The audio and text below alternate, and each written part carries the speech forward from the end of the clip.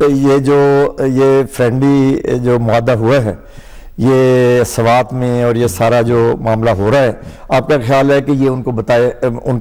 Clear cut word میں یہ بتا دیا گیا کہ ہمارا انٹرسٹ یہ ہے، ہم یہ کرنے جا رہے ہیں اور اس کو کریں گے؟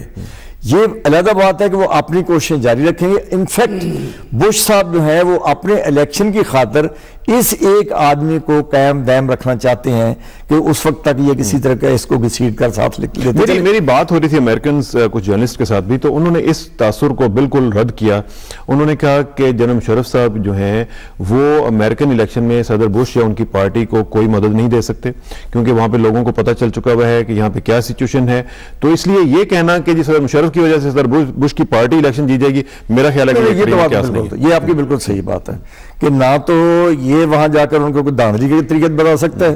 یا جس طریقے سے یہاں الیکشن اس نے کروائے ہیں اور یہ چند آدمی جو الیکٹ ہو کر آئے ہیں ان کے، یہ یقین کریں کہ یہ دھاندلی کی پیداوار ہے. اگر کہیں فیئر الیکشن ہو جاتے تو ان میں شاد و نادر کوئی بندہ نظر آتا. اور یہ ایک اچھا موقع ہے کہ زرداری صاحب بھی اس کوشش میں ہیں میاں نواز شریف کو ساتھ لے کر کہ ہم ساری فورسز جو اکٹھی ہو کر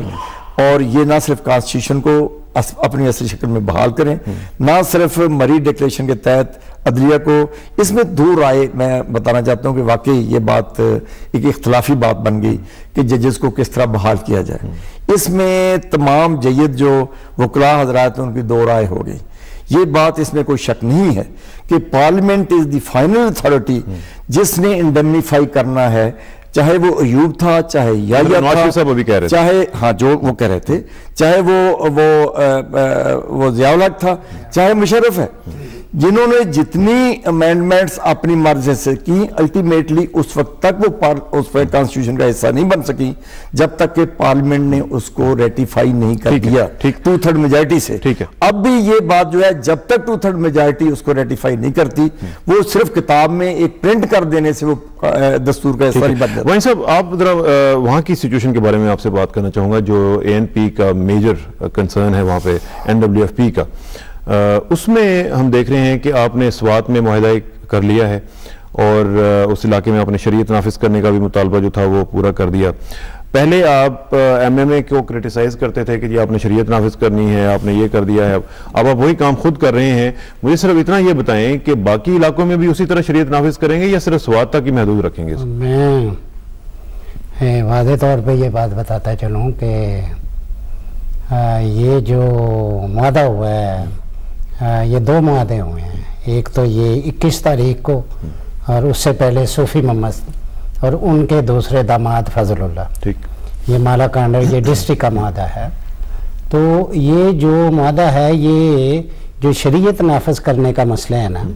یہ 1994 میں 1994 میں پیپلز پارٹی نے یہ شریعت کورٹس بنانے کی جو ہے ایک ایکٹ بنایا تھا اور وہ نہیں امپلیمنٹ ہو سکا. اس کے بعد یہ 1999 میں میاں نواز شریف نے یہ شریعت ایکٹ ریگولیشن یہ بنایا جو نہیں امپلیمنٹ ہوا. ہم نے اس میں کچھ نہیں کیا. جو انہوں نے وہ قاضی کورٹس بنائی تھیں وہ ہم نے انہیں امپلیمنٹ کیا ہے. اب قاضی کورٹس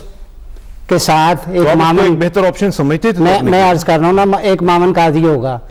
جس کے پاس اسلامی بڑا علم ہوگا، اور دوسری یہ کورٹ جو ہیں وہ کہتے ہیں جی ہم کوئک ڈیسیشن چاہتے ہیں. اس کے بعد تمام اپیلز جو ہیں وہ تمام کی تمام ویسے ہی ہوں گی پاکستانی قانون کے مطابق. اپیل اس کی سیشن کورٹ، اس کے بعد ہائی کورٹ، پھر سپریم کورٹ. تو یہ جو ہیں اس میں ایسا مسئلہ نہیں ہے. میرا جو کنسرن تھا وہ یہ تھا کہ مجھے اگر یاد پڑتا ہے تو یہ اکثر بیانات آپ کی طرف سے آتے تھے پہلے کہ جی MMA کی جو وہاں پہ حکومت تھی NWFP میں، اس نے طالبانائزیشن کر دی ہے، اس نے طالبان کے ساتھ اپنے آپ کو انگیج رکھا ہے، وہاں پہ خود کچھ حملے ہو رہے ہیں، وہاں پہ سارے معاملات اسلامائزیشن ہو رہی ہے. تو اس کے اوپر اب وہی کام آپ خود کر رہے ہیں. لیکن میں آپ کا جواب لیتا ہوں. ہمارے ساتھ فون پہ اس وقت موجود ہیں جناب احسن اقبال صاحب، ان سے بات کرتے ہیں. احسن صاحب السلام علیکم. جی وعلیکم السلام. احسن صاحب، آج آپ نے ایک بام شیل جو ہے وہ پورے پولیٹیکل سینیریو پہ گرایا ہے، اور جو مسلم لیگ کاف کی قیادت ہے اس کو آپ نے یہ کہا ہے کہ وہ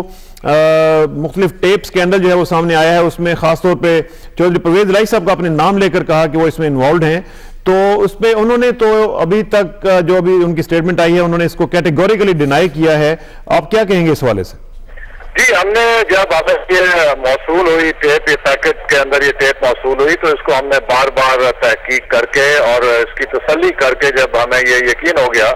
کہ اس میں مسلم لیگ کاف کی لیڈرشپ انوالوڈ ہے تب اسے ہم نے پیش کیا. اور یہ کوئی ایسی نئی بات نہیں ہے، یہ تو صرف ایک ثبوت ہے اس چیز کا جو قوم کا بچہ جانتا ہے کہ اس وقت کاف لیگ، جنرل مشرف اور یہ پی سی او جج جو ہے یہ ایک ہی چیز ہے، یہ ایک ہی کشتی کے سوار ہیں. اور یہ 3 نومبر کا وہ جو غیر آئینی قدم اٹھایا گیا جنرل مشرف کا، اس کو تحفظ دلانے کے لیے یہ سازشیں کر رہے ہیں اس سسٹم کے خلاف جو 18 تاریخ کو جمہوری نظام اس ملک میں کھڑا ہوا ہے. اور آپ دیکھتے ہیں کہ ہر روز جنرل مشرف کاف لیگ کی قیادت کے ساتھ میٹنگز کر رہے ہیں. اس میں وہ اس مسئلے پہ تو غور و خوض نہیں کر رہے کہ پاکستان کی خارجہ پالیسی کیا ہونی چاہیے. اس میں یہ بات ذرا غور نہیں آتی کہ پاکستان میں جو انہی کا اپنا بجلی کا بحران پیدا کر دیا اس کے بارے میں کیا کرنا ہے، چونکہ کوئی ایگزیکٹو اتھارٹی نہیں ہے. یہ جو آپ 18 فروری سے دیکھ لیجئے اخبارات میں میٹنگز کی تفصیل ہے کہ درجنوں میٹنگز ہو چکی ہیں جنرل مشرف کی کاف لیگ کی قیادت سے، کبھی پرویز الہی صاحب، کبھی چودھری شجاعت صاحب. یہ کیا لینے جاتے ہیں وہاں پہ سازشیں ہو رہی ہیں اس جمہوریت کے خلاف. اور ہم یہ بار بار کہتے ہیں، اور یہ جو ایک کوئی نئی چیز نہیں ہے، یہ ایک اور ثبوت ہے اس بات کا کہ، اور اسی لیے ہم کہتے ہیں کہ پی سی او ججز کے ہوتے ہوئے پاکستان میں انصاف نہیں ہو سکتا. یہ جنرل مشرف کے مفادات کا تحفظ کرنے کے لیے کھڑی کی گئی تھی. ہمیں ایک ایسی عدلیہ چاہیے جو پاکستان کے عوام اور پاکستان کے آئین کا تحفظ کرے. لیکن اس وقت احسن صاحب جو اب اسٹریٹجی ہوگی، جو بھی آج کی صورتحال بنی ہے، اس کے بعد اب میاں نواز شریف صاحب کے پاس کیا آپشنز ہیں اگر خدا نخواستہ ان کے جو کاغذات ہیں وہ مسترد ہو جاتے ہیں؟ دیکھیے آج ابھی انہوں نے نواز شریف صاحب نے پریس کانفرنس سے خطاب کیا ہے اور اس میں یہ کہا گیا ہے کہ جو ان کے خلاف امیدوار تھے 123 حلقے سے، انہوں نے آج جناب شہباز شریف صاحب سے ملاقات کی اور انہیں غیر مشروط تعاون کا یقین دلاتے ہوئے اپنے کاغذات نامزدگی بھی واپس لے لیے ہیں اور اپنا اعتراض بھی واپس لے لیا ہے جو ہائی کورٹ میں انہوں نے ان کے کاغذات نامزدگی منظور کیے جانے کے خلاف کیا ہوا تھا. اب جبکہ ان کی کاغذات نامزدگی کے خلاف کوئی کسی امیدوار کا اعتراض باقی نہیں رہ گیا تو میں سمجھتا ہوں کہ ان کے انتخابی عمل میں، انتخاب لڑنے کے راستے میں کوئی رکاوٹ حائل نہیں رہ گئی ہے. لہذا ان کا یہ حلقہ 123 سے جو کاغذات نامزدگی پہ واحد اعتراض ایک امیدوار کی طرف سے تھا وہ واپس ہو گیا ہے اور انہوں نے حلقہ 52 جہاں سے ان کے خلاف بھی اعتراض تھا وہاں سے اپنے کاغذات نامزدگی واپس لینے کا اعلان کیا ہے. ایک ہی نشست ہے اس کے اوپر جو ان کے اوپر واحد اعتراض کیا گیا تھا وہ اس امیدوار نے واپس لے لیا ہے. لہذا اب چاہے پی سی او عدلیہ ہو، چاہے کوئی عدلیہ ہو، چاہے کتنی مخالف عدلیہ ہو، اس کے پاس کوئی رکاوٹ کا حسن صاحب تھینک یو ویری مچ. آپ کی جس جو ہے وہ سمجھ آ گئی لیکن ہمارے پاس ٹائم کی بہت قلت ہے اس لیے آپ سے بات مکمل نہیں ہو سکی. ہم چاہتے تھے کہ چودھری پرویز الہی صاحب کا بھی رسپانس لیتے ناظرین، لیکن اب ٹائم کا ظاہر ہے کہ مسئلہ ہے اور یہاں میں آپ کا شکریہ ادا کرنا چاہوں گا. چودھری عبدالغفور صاحب آپ کا بہت شکریہ، وائن صاحب آپ کا بہت شکریہ، عظیم صاحب آپ کا بہت شکریہ. ناظرین ٹائم کی قلت کی وجہ سے پروگرام ہم اس طرح ذرا وائنڈ اپ کر رہے ہیں جلدی، لیکن انشاءاللہ آئندہ ہم اسی سینیریو کے اوپر گفتگو کرتے رہیں گے. آخر میں اجازت دیجیے اور آخر میں دعا، میری عزت کے لیے کافی ہے میرے مولا کہ میں تیرا ہی بندہ ہوں، اور میرے فخر کے لیے کافی ہے کہ تو ہی میرا پروردگار ہے. تو بالکل اسی طرح ہے جس طرح میں چاہتا ہوں، مجھے بھی اسی طرح بنا دے جس طرح تو چاہتا ہے. سپردم بتومائے خیشرا تو دانی حساب کم و بیشرا. مجھے اسرا کسانہ کو وینسڈے تک کے لیے اجازت دیجیے. بدھ کے روز انشاءاللہ ملاقات ہوگی. اللہ حافظ.